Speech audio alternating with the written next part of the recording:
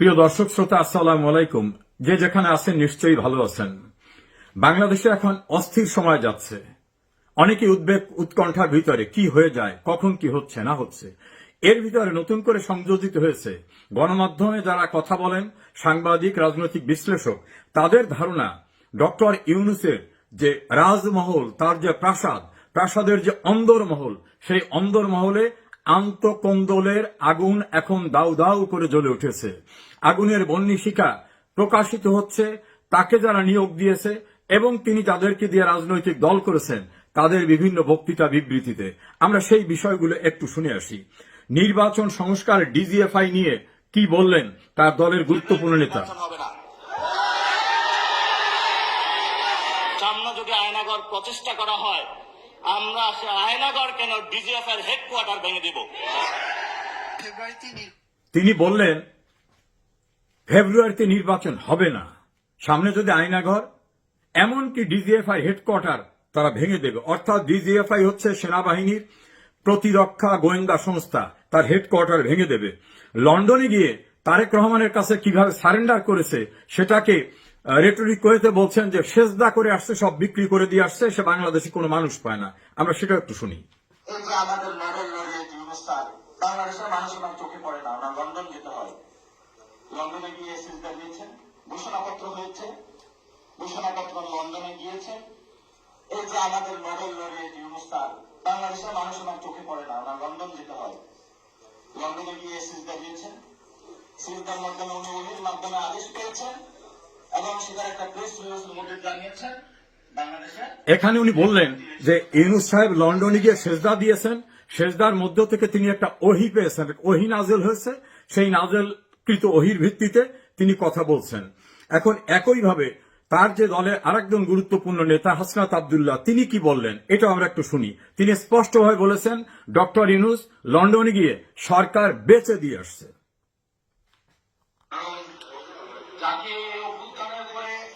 রাষ্ট্রপ্রধান বানানো হয়েছে, উনি লন্ডনে গিয়ে হচ্ছে চিন্তা করে আসেন এবং পৃথিবীর ইতিহাসে এমন ঘটনা আছে কিনা যে সরকার প্রধান, অন্তর্বর্তীকালীন সরকার প্রধান এবং হচ্ছে রাজনৈতিক দলের ভারপ্রাপ্ত চেয়ারম্যান একই সাথে প্রেস কনফারেন্স করে। ওই দিনই সরকার হচ্ছে লন্ডনে বেঁচে দিয়ে আসছে। হাসনাত আব্দুল্লাহ বলেন যে পৃথিবীতে এমন নজির নাই যে অন্তর্বর্তীকালীন সরকারের প্রধান এবং বিরোধী দলের নেতা একত্রে বৈঠক করে একসঙ্গে প্রেস কনফারেন্স করে এবং ওই দিনই সরকার বিক্রি করে দিয়ে আসছে। এটা হলো হাসনাত আব্দুল্লাহর বক্তব্য। এবং আমরা আরেকটা আসি, সেনা প্রধানকে ব্যারিস্টার ফুয়াদ বলছেন যে গুড়িয়ে দেবেন, উড়িয়ে দেবেন, ষড়যন্ত্রকারী বলছেন। আপনারা দেখতে পাচ্ছেন সেনা প্রধান এক ধরনের নামকা ওয়াস্তের মিটিং করার মধ্য দিয়ে এখন নতুন করে ষড়যন্ত্র করছে কিভাবে প্রেসিডেন্টের অধীনে নতুন করে একটা অন্তর্বর্তীকালীন সরকার করা যায়। আপনারা জানেন এই প্রেসিডেন্ট হচ্ছে হাসিনার আর একটা গোলাম কুকুর। এক কুকুরের বাচ্চা দিয়ে আর এক কুকুরকে স্বাধীন করা যাবে না। আমরা যখন কুকুরকে দেশছাড়া করেছি, কুকুরের বংশ সহ উৎখাত করে দেশছাড়া করবে। ব্যারিস্টার ফুয়াদ তিনি এবি পার্টির সাধারণ সম্পাদক, তিনি প্রধানমন্ত্রী শেখ হাসিনাকে উল্লেখ করে বলেছেন এবং রাষ্ট্রপতিকে যে ভাষায় তিনি বকাবকি করেছেন আমি আর সেটা উচ্চারণ করতে চাই না, এবং সেনাপ্রধান সম্পর্কে সুনির্দিষ্টভাবে বলেছেন যে সে ষড়যন্ত্র করছে। শুধু সেইখানে না, নাসিরউদ্দিন পাটোয়ারি এই সেনাবাহিনী সম্পর্কে আরো ভয়ঙ্কর একটা মন্তব্য করেছেন, আমি উচ্চারণ না করে আপনাদের শোনাই। এই যে আমাদের আর্মি ভাইরা, হাতে শুধু অস্ত্র থাকতে হয় না, মাথায় কিছু ঘিলু থাকতে হয়। না বুঝে সংবিধান, না বুঝে স্টেট, বিভিন্ন দেশ থেকে গিয়ে একটু ঘুরে ফিরে কিন্তু অস্ত্রের প্রদর্শনী থেকে কিছু অস্ত্র নিয়ে আসে, আর নিয়ে আইসা মাথায় ঘিলু না থাকার কারণে অস্ত্রটা চালায় জনগণের উপরে। কি অদ্ভুত একটা বাহিনী, কি অদ্ভুত গোয়েন্দা সংস্থা। আপনার মাথার মধ্যে যদি ন্যূনতম কমন সেন্স থাকতো, আপনি আয়নাঘর বানাইতে পারতেন না। এইখানে তিনি বললেন যে গোটা বাহিনীকে, গোটা সেনাবাহিনীকে বলছেন যে এদের মাথায় কোনো ঘিলু নাই, ন্যূনতম কমন সেন্স নাই, বিদেশ থেকে কয়েকটা অস্ত্র নিয়ে আসে, ট্রেনিং নিয়ে আসে, সেই অস্ত্রটা মানুষের উপর চালায়। গোটা সেনাবাহিনীর মাথায় ঘিলু নাই, এটা পরিষ্কারভাবে তিনি বললেন। আর ডিজিএফআই হেডকোয়ার্টার উড়িয়ে দেবেন। আর এক দলের সেক্রেটারি ব্যারিস্টার ফুয়াদ তো বললেন, যে ভাষায় বলেছেন আপনারা শুনেছেন। আর ফেব্রুয়ারির কথিত নির্বাচনের তারিখ বললেন ফেব্রুয়ারিতে নির্বাচন হবে না। এবং তারা দুজনই, নাসিরুদ্দিন পাটোয়ারি এবং হাসনাত আব্দুল্লাহ বললেন লন্ডনে গিয়ে ডক্টর ইউনূস সেজদা করেছেন, সেজদা করে সরকার বেচাকেনা করে দিয়ে আসছেন। এখন এই ইউনূসকে, এই ইউনূসের নিয়োগকর্তা তো এই এনসিপি, এই ছাত্র আন্দোলনকারীরা। হঠাৎ কি হলো? একেবারেই সব রিভার্স হয়ে গেল। সম্পর্কের অবনতি এমন জায়গায় চলে গেছে যে এখন তাদের আর নাকি মুখ দেখা দেখি নাই। তাদের কথিত জুলাই ঘোষণায় নেতৃবৃন্দরা তারা কক্সবাজারে গিয়ে অবকাশ যাপনে চলে গেলেন। তাদের নাকি ভালো করে ইনভাইটও করা হয়নি। তারা এখন অভিযোগ করছেন যে আমরা করেছি আন্দোলন, ওই ঘোষণার মঞ্চে আমরা থাকবো, সেখানে কেন রাজনৈতিক দলের নেতৃবৃন্দ? এবং একটু সূত্র জানায় তাদের নাকি 2 থেকে 3 জনাকে মাত্র নিমন্ত্রণ পত্র দেওয়া হয়েছে। ওরা বলছে যে আমরাই তো সব, আমরা এখন 2টা নিমন্ত্রণ পত্র নিয়ে যাব, আমরা ওখানে গেলামই না। অবকাশ যাপনে কক্সবাজারে চলে গেছে। রাখি বন্ধন ছিন্ন হয়ে গেছে। এখন মহাবিরহ 2 পক্ষের মধ্যে। আলটিমেটলি কি হতে যাচ্ছে? ডক্টর ইউনূস সম্পর্কে এই তরুণ ছাত্ররা বা যারা নতুন উদ্যোক্তা, তাদের ধারণা ছিল না। একাধিক ব্যক্তি বাংলাদেশের গণমাধ্যমে বলছেন, যারা কেউ আওয়ামী লীগ করে না, যে ইউনূস নিজে লোভী, সে নিজেরটা ছাড়া কিছু বোঝে না। সাংবাদিক এম এ আজিজ, মঞ্জুল ইসলাম পান্না, মাসুদ কামাল, তৃতীয় মাত্রা জিল্লুর রহমান, আরো অনেকে পরিষ্কারভাবে বলছেন যে এই ব্যক্তি নিজেরটা ছাড়া কোনো কিছু বোঝেন নাই। কিভাবে? নিজের উপরে যে দুর্নীতির মামলা ছিল, মামলাগুলো প্রত্যাহার করে নিয়েছেন। 666 কোটি টাকা ট্যাক্স পাবে সরকার, সেই ট্যাক্স নিজে মওকুফ করেছেন। তার প্রতিষ্ঠান আগামীতে 5 বছর ট্যাক্স দেওয়া লাগবে না, সে ব্যবস্থা করে নিয়েছেন। নিজের গ্রামীণ বিশ্ববিদ্যালয় নিয়েছেন, ডিজিটাল ওয়ালেট নিয়েছেন, এবং গ্রামীণ ব্যাংকের রাষ্ট্রের মালিকানার অংশটা কমিয়ে নিরঙ্কুশভাবে নিজের জায়গায় নিয়েছেন। আপন ভাতিজাকে ডেপুটি প্রেস সেক্রেটারি করেছেন। লামিয়া মোর্শেদ তার সঙ্গে কাজ করত, তাকে এনে সচিবের পদমর্যাদায় বসিয়েছেন। স্বাস্থ্য উপদেষ্টা করেছেন। আমেরিকার সঙ্গে সম্পৃক্ত উনি, আমেরিকায় যারা বসবাস করে ওখানকার নাগরিক, তাদের ওখান থেকে অনেককে নিয়ে এসে বিভিন্ন দায়িত্ব দিয়ে বসিয়েছেন। এমনকি কনস্টিটিউশন পারমিট করে না এমন সকল জায়গায় তিনি বসিয়েছেন। নিজের সব কাজ সিদ্ধি হয়ে গেছে। এখন উনি ওনার নিয়োগকর্তা, যাদের নিয়ে গর্ব করে বলতেন আমি কতদিন থাকবো এটা আমার নিয়োগকর্তারা জানে, যারা আমাকে নিয়োগ দিয়েছে। এখন নিয়োগকর্তারা বলছেন উনি বেঈমান, উনি গাদ্দার, উনি মুনাফিক। এই 3টি শব্দ তারা বিভিন্ন বক্তৃতায় ব্যবহার করছেন। আমি সময়ের সংক্ষিপ্ততার জন্য সেই ভিডিওগুলো শোনালাম না। তারা বলছেন যে এই ইউনূস গাদ্দার, এ বেঈমান, এ বিশ্বাসঘাতক। এই কথাগুলো শেখ হাসিনা অনেক আগে বলেছিল যে এ লোভী, এ নিজেরটা ছাড়া কিছু বোঝে নাই। তখন এরা মনে করছে সপ্ত আসমান থেকে নেমে আসছে, অন্য গ্রহ থেকে নেমে আসছে এই ডক্টর মোহাম্মদ ইউনূস। কি সুন্দর হাসে, কথা বলে, কি সুন্দর অর্ডিনারি পোশাক পরে, কি নির্মোহ। এখন বোঝা গেছে নির্মোহ কি। আন্তঃকন্দল এমন জায়গায় গেছে যে ইউনূসের একজন অ্যাডভাইজার সৈয়দ রেজওয়ানা, তিনি বলছেন যে এনসিপি কি বললো না বলতো কিছু যায় আসে না, ইলেকশন হবে। 1 সপ্তাহ আগেও কি এনসিপি সম্পর্কে এই ভাষায় কথা বলা যেত? ইউনূসের প্রেস সেক্রেটারি তিনি বলছেন যে নির্বাচন হবেই। এই ঔদ্ধত্য কি দেখাতে পারত কদিন আগেও? নিয়োগকর্তাদের ইচ্ছার বিরুদ্ধে কথা বলছে। অন্যদিকে এই নিয়োগকর্তাদের কেউ কেউ কি জঘন্য ভাষায় বিএনপির ভারপ্রাপ্ত চেয়ারম্যান তারেক রহমানের নামের সঙ্গে একটা ফিমেল জেন্ডার যুক্ত করে জঘন্য ভাষায় গালিগালাজ করছেন। এমনকি বেগম খালেদা জিয়ার সম্পর্কে, এমনকি মিছিল দিয়ে বলছেন চাঁদা আদায় হয় পল্টনে, চলে যায় লন্ডনে। আর ডক্টর জনাব তারেক রহমানের নামের পিছনে খুবই আপত্তিকর একটা শব্দ ব্যবহার করে স্লোগান দিয়েছেন। বলেছেন সারা বাংলাদেশ তারা দখল করতেছে, গরুরহাট, বাস স্ট্যান্ড, টেম্পু স্ট্যান্ড, এ দখলবাজ, এদের ক্ষমতা আসতে দেওয়া হবে না। এমনকি মিটফোর্ডে পাথর দিয়ে একজনকে নির্মমভাবে চাঁদা না দেওয়ার দায়ে মেরে ফেলার ঘটনা উল্লেখ করে তারা বলছেন যে আমরা এক পক্ষকে তাড়িয়েছি আর একজনকে ক্ষমতা আনার জন্য না। যে ভাষায় ঢাকা ইউনিভার্সিটিতে ফিমেল একটা মেল অর্গান উল্লেখ করে যে স্লোগান বিএনপির বিরুদ্ধে দিয়েছে, আমার মনে হয় না বাংলাদেশের ইতিহাসে কখনো এমন শব্দ দিয়ে কোন স্লোগান হয়েছে। একই ভাষায় জামাত ইসলামীও বিএনপিকে গালিগালাজ করেছে, অশ্লীল অশ্রাব্য ভাষায়, এবং বলা হয়েছে সারা দেশ লুটপাট করছে যারা, তারা ক্ষমতায় আসবে এটা যেন তারা না ভাবে। এভাবে এনসিপি, জামাত, বিএনপি পরস্পরকে শালীনতা শিষ্টাচার বহির্ভূত ভাষায় গালিগালাজ করেছেন, যেটা বাংলাদেশে দীর্ঘদিন বিরোধ থাকা সত্ত্বেও আওয়ামী লীগ, বিএনপি, জাতীয় পার্টি, জামাত এরাও বোধহয় কেউ কোনোদিন এই ভাষা ব্যবহার করে কোন রাজনৈতিক নেতাদেরকে, প্রতিপক্ষকে কোনোভাবে গালিগালাজ করেনি। আর সারা দেশে যাতে বিএনপির ইমেজ সংকট চরম হয় সেজন্য জামাত ইসলামী মোটামুটি বিএনপিকে চাঁদাবাজের দল, বাজারঘাট দখল করা, বাড়ি দখল করা, মাছের গেট দখল করা, টেম্পো স্ট্যান্ড দখল করা, এই দখলবাজ হিসাবে মোটামুটি তাদেরকে বিভিন্ন জায়গায় জেনারেলাইজ করে ফেলছে। আবার বিএনপি বিষয়ে বলছেন যারা ৭১ অপরাধ করেছে, যুদ্ধ অপরাধী, যারা ৭১ বাংলাদেশ চায় নাই, তারাই দেশে ক্ষমতা আসতে পারবে না। আর মধ্যবর্তী থেকে এই এনসিপি দুই গ্রুপকে নানা কথা বলছেন। এনসিপির মাহফুজ আলম, যাকে সক্রেটিস বলা হয়, তিনি তো বলছেন যে ৭১ সালের দায় যাদের কাঁধে রয়েছে তারা নতুন করে কোনো কিছু চিন্তা করতে পারবে না।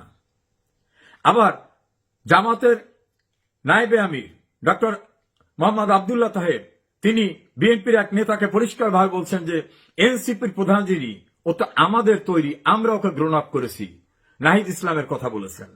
তাহলে এনসিপি তাদের তৈরি। আবার তিনি বিবিসির সঙ্গে ইন্টারভিউ দিয়ে বলেছেন এই আন্দোলন আমরাই করেছি, নেপথ্যে আমরা ছিলাম, কিন্তু আমাদের নাম বাইরে আসলে সমস্যা হবে, এই জন্য আমরা বেনামিতে অন্যদের দিয়ে, কেউ ছাত্রলীগের আশ্রয়, কেউ নূরের ছাত্র সংগঠনের আশ্রয়, বিভিন্ন ভাগের থেকে আমরা কাজ করেছি। এটা বিবিসির কাছে তিনি বলছেন। ওই সময় কিন্তু শেখ হাসিনা বলছিলেন এটা কোঠার আন্দোলন না, আসল আন্দোলন ক্ষমতা দখল করা, এবং এর নেপথ্যে জামাত, শিবির, বিএনপি। এখন কিন্তু তারা নিজেরা স্বীকার করতেছেন। একইভাবে এনসিপির আব্দুল হান্নান মাসুদ, আসিফ মাহমুদ, সজীব ভুইয়া, নাহিদ ইসলাম, তারা প্রকাশ্যে বলছেন আমাদের টার্গেট ছিল সরকার উচ্ছেদের ৫ তারিখ যদি সরকার করে না যেত আমরা অস্ত্র তুলে নিতাম। তাহলে তাদের আসল টার্গেট ছিল সরকার পতনের আন্দোলন, এবং তাদের সেই অস্ত্র ছিল, অস্ত্র তুলে নিতাম বললে তাদের হাতে তো নিশ্চয় অস্ত্র ছিল না, তুলতো কোন জায়গা থেকে। এভাবেই তারা স্বীকার করতেছে সবখানে যে আমরা যদি মেট্রোলে আগুন না দিতাম, পদ্মা সেতুতে আগুন না দিতাম, আমরা যদি পুলিশ মেরে না ফেলতাম, তাহলে কি আন্দোলন গতি পেত? এসব হতো? তাহলে মানুষ মারা, পুলিশ মারা, দেশের ভিতর নৈরাজ্য সৃষ্টি করা, ভাঙচুর করা, ক্ষমতা দখলের জন্য অস্ত্রের প্রস্তুতি নেওয়া। এবং আসিফ মাহমুদ, সজীব ভুইয়া একথা বলছেন যে নাহিদ ভাই ভিডিওতে বার্তা তৈরি করে রেখেছিল যে আমরা অস্ত্র তুলে নেব যখন, তখন এই ভিডিও বার্তা চতুর্দিকে ছড়িয়ে যাবে। তাহলে শেখ হাসিনা যেগুলো বলেছিলেন সেইগুলো এখন তারা স্বীকার করতেছে। আর ডক্টর ইউনূস এইটার সঙ্গে যে জড়িত, এটা শেখ হাসিনা বারবার বললেও অনেকে তখন বলছেন না, ক্ষমতায় থাকার জন্য অহেতুকভাবে ইউনূসকে অভিযুক্ত করছেন। ক্লিনটন ফাউন্ডেশনে গিয়ে ডক্টর মোহাম্মদ ইউনূস সেখানে সাবেক মার্কিন প্রেসিডেন্ট বিল ক্লিনটনের সামনে বলছেন নাথিং ওয়াজ হ্যাপেন্ড সাডেনলি, ইট ওয়াজ মেটিকুলাসলি ডিজাইনড, অর্থাৎ সুপরিকল্পিতভাবে এগুলো ঘটানো হয়েছে। আবার ইউনূসের যে সিপাহ সালাররা, তারা প্রকাশ্যে বলছেন আমরা মেসে থাকতাম, বিভিন্ন জায়গায় থাকতাম, আমরা দীর্ঘদিন যাবত এই পরিকল্পনা করতেছি। অর্থাৎ এই কোটা বিরোধী আন্দোলন একটা ইস্যু ছিল, এবং এটা সরকার মেনে নিলে বিকল্প কি করা যেত সেটাও তাদের মাথার ভিতরে ছিল। এইরকম ভাবে একটি গণতান্ত্রিক সরকারকে উচ্ছেদের জন্য যে মেটিকুলাস ডিজাইন, যেটা শেখ হাসিনা বলতেন, ইউনূস সেটাকে এডমিট করেছেন। এই প্রক্রিয়ার ভিতর থেকে যারা কাজ করেছেন, এখন তাদের স্বার্থের সংঘাত। নতুন নতুন বাচ্চা ছেলেরা উপদেষ্টা হয়েছে, অর্থকড়ির স্বাদ পেয়েছে, কেউ তার নিজের এলাকায় বাবাকে দিয়ে সন্ত্রাস, নাহিদ ইসলাম তার বাবাকে দিয়ে অফিস খোলা, কেউ বলছেন মাহফুজের টাকা অস্ট্রেলিয়ায় চলে যাচ্ছে। আসিফ নজরুল সম্পর্কে অনলাইন অ্যাক্টিভিস্ট ইলিয়াস সাহেব বলছেন ১০০ কোটি টাকা তিনি আমেরিকায় নিয়েছেন। তিনি চ্যালেঞ্জ করে বলছেন যে কোথায় কিভাবে টাকা নেওয়া হয়েছে সব আমি জানি। এরকম ভাবে থলের বিড়াল সব বেরিয়ে আসা শুরু হয়েছে, অথচ এরা সবাই কিন্তু এক কাতারে ছিল। গতকাল একজন প্রভাবশালী অনলাইন অ্যাক্টিভিস্ট ফ্রান্স থেকে বলেছেন সার্ভে যে রিপোর্ট আসছে এতে বিএনপি, জামাত, এনসিপি কারোই ক্ষমতা আসার মতো অবস্থা নাই, নতুন কাউকে নিয়ে আসতে হবে। তিনি তার অ্যাসেসমেন্টে বুঝেছেন যে এদের কারো এখন ইমেজ ভালো না। ভেরি রিসেন্টলি যে সার্ভে হয়েছে, সেই সার্ভেতে এর পূর্বে যে সার্ভে একই প্রতিষ্ঠান করেছিল তার থেকে অবনতি হয়েছে বিএনপি, জামাত এবং এনসিপির। এনসিপি একটু বেড়েছে, বিএনপি জামাতের অবস্থা খুবই নিচে নেমে আসছে। অর্থাৎ এই দুই সংগঠনের যে প্রচন্ডভাবে ইমেজ সংকট, মানুষ তাদের কাছ থেকে মুখ ফিরিয়ে নিচ্ছে, মানুষের প্রত্যাশা পূরণ হবে না এদের দ্বারা, এটা মানুষ বুঝেছে। সারা দেশে চাঁদাবাজি, সন্ত্রাস এক প্রকার করছেন বিএনপি, আর জামাত করেছেন বিভিন্ন প্রতিষ্ঠান দখল করা, বিশ্ববিদ্যালয়ের ভিসি থেকে শুরু করে বিভিন্ন জায়গায়। ফলে দখলের যে একটা কম্পিটিশন হয়েছে, আর ইউনিসেফ পার্টির যারা, তারা করছেন টাকা দেওয়া খোল, তার টাকা নেওয়াটা। তিন প্রকারে তিন প্রতিষ্ঠানের লোকরা সারা বাংলাদেশে যে নৈরাজ্য, সন্ত্রাস, মবের সংস্কৃতি, বিচার বিভাগ দখল করা, প্রশাসন দখল করা, আইন শৃঙ্খলা পরিস্থিতি একেবারে ধ্বংস করে দেওয়া, প্রশাসনে তাদের ইচ্ছা অনুযায়ী সবকিছু হতে হবে এই ব্যবস্থা করা, এর ফলে মানুষ বুঝতে পেরেছে যে এদের দিয়ে বাংলাদেশে কিছুই হবে না। এই যে ইউনূসের অন্দরমহল যারা মিলে ইউনূসকে নিয়ে আসলো, শেখ হাসিনাকে ক্ষমতার থেকে সরিয়ে দিল, আজকে স্বার্থের সংঘাতে বিএনপি চায় দ্রুত ক্ষমতায় যেতে, তাতে যে সমঝোতা করতে হয় সেই সমঝোতা করে। এনসিপি মনে করে আমরা কেবল দল করলাম, এখন আমাদের কেউ চেনে না, গ্রামগঞ্জে যেতে হবে, পুলিশ, আর্মি, বিজিবি, র্যাব নিয়ে যাওয়ার পরও গোপালগঞ্জ সহ কক্সবাজার, চিটাগাং, ময়মনসিংহ, গাজীপুরে বিভিন্ন জায়গায় বাধার সম্মুখীন হচ্ছে। তারা একটু দাঁড়াবার পরে অতীতে সামরিক শাসকরা যেরকম ভাবে দল করছিল, এরশাদ, জিয়াউর রহমান, ওভাবে তারা হৃষ্টপুষ্ট হয়ে তারপরে তারা দল করবে, এরপর ইলেকশন করবে। জামাত মনে করে আমরাই তো সবকিছু করেছি, এখন ইসলামী দলগুলো নিয়ে আমরা বাংলাদেশে একটা ইসলামী রাষ্ট্র কায়েম করব, আমাদের সেই সময় দিতে হবে।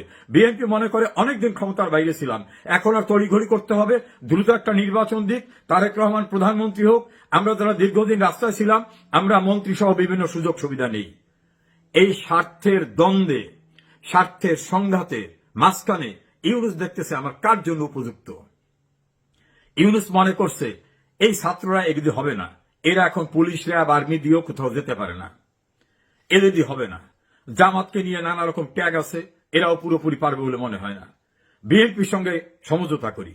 বিএনপিও তার মনে করছে যে উনি বিদেশের সঙ্গে যদি কোনো চুক্তি করে থাকে, বাংলাদেশে বিদেশিদের বেস করতে দেবেন, সেন্ট মার্টিন ছেড়ে দেবেন, উনি আমাদের পোর্ট দখল করে নিয়ে যাবেন বিদেশিদের হাতে দিয়ে, উনি নিজের যে সুযোগ সুবিধা সেগুলো নেবেন, উনি যা নেয় নিক, আমাদের দ্রুত ক্ষমতায় যেতে হবে। আর ইউনূস মনে করছে আমার যা হবার হয়ে গেছে, কাজী এখন আর পিছনে তাকাবার দরকার নাই। যার শক্তি ইউনূসের দৃষ্টিতে বেশি, ইউনূস তার সঙ্গে সমঝোতা করেছেন। নাসির উদ্দিন পাটোয়ারি এবং হাসনাত আব্দুল্লাহর ভাষায় লন্ডনে এসে সেজদা করে সরকার বেঁচে দিয়ে গেছেন। অবশ্য দেশের আরেকটি মহল বলছে না, উনি তো দেশটাই বেঁচে দিয়েছেন। আনডিসক্লোজড যে চুক্তি উনার হয়েছে বড় একটি দেশের সঙ্গে, সেই চুক্তির মধ্যে উনি সবকিছু দিয়ে দিয়েছেন। তারেক রহমান এসে দেখবে অনেক কিছুই নাই, সিংহাসন থাকলেও সিংহাসনের আশপাশে পাইক প্রজার কেউ নাই। এভাবেই কিন্তু ইউনূসের অন্দরমহলে চলছে এটা। আবার কেউ কেউ বলছে না, এগুলো সাজানো নাটক, ইউনূস নির্বাচন দেবে না। এই এনসিপি জামাতকে দিয়ে বলবে এখনই নির্বাচনে পরিবেশ না, একটা হই হুল্লোড় করে একটা পরিবেশ নষ্ট করবে, তখন বলবে আমি তো দিতে চেয়েছিলাম, এই অস্থির অবস্থায় কিভাবে আমি ইলেকশনটা দেব।